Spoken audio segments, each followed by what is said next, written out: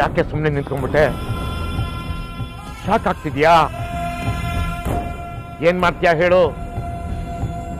ತೆಗಿತೀಯಾ ತಾಲಿ?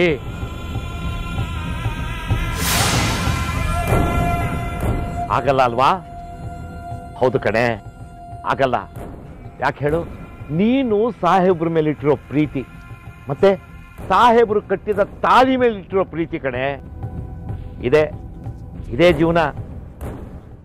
ಸಾಯೋ ತನಕ ನಿನ್ ಜೊತೆ ಯಾರಿರ್ತಾರೋ ಯಾರು ಬರ್ತಾರೋ ಗೊತ್ತಿಲ್ಲ. ಆದ್ರೆ ಸಾಹೇಬ್ರ ಪ್ರೀತಿ ಮತ್ತು ಸಾಹೇಬ್ರು ಕಟ್ಟಿದ ತಾಲಿ ಎರಡೂ ನಿನ್ ಜೊತೆಗೆ ಇರುತ್ತೆ. ನೀನು ಈ ಮನೆ ಬಿಟ್ಟು ಹೋಗೋಕ್ಕಿಂತ ಮುಂಚೆ ನಿನ್ನ ಕೊರಳಲ್ಲಿ ತಾಳಿ ಇರಬಾರ್ದು.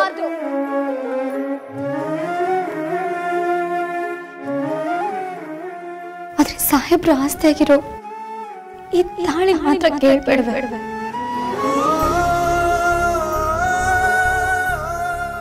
ನಿನ್ ಜೊತೆ ನಾನಿರ್ತೀನಿ. ಇದು ನಾನೀಗ ಮಾಡ್ತಿರೋ ಪ್ರಾಮಿಸ್.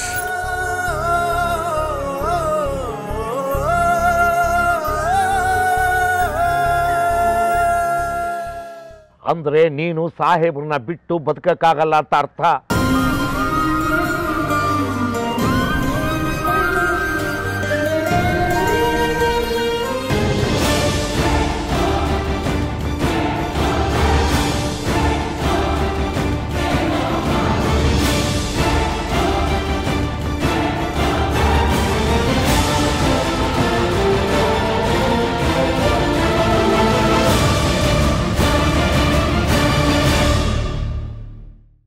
ಮೇಘನಾ, ಮೇಘನಾ, ನಿಂಗೆ ಎಷ್ಟು ಸೂಕ್ಷ್ಮವಾಗಿ ಹೇಳಿದ್ರು ಅರ್ಥನೇ ಆಗಲ್ಲ ಅಲ್ವಾ?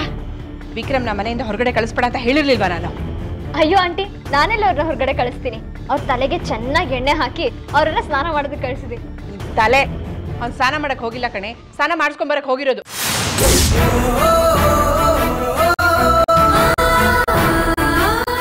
ಏನ್ ಹೇಳ್ತಿದ್ದೀರಾ ನೀವು? ಅರ್ಥ ಆಗೋ ತರ ಹೇಳಿ ಆಂಟಿ.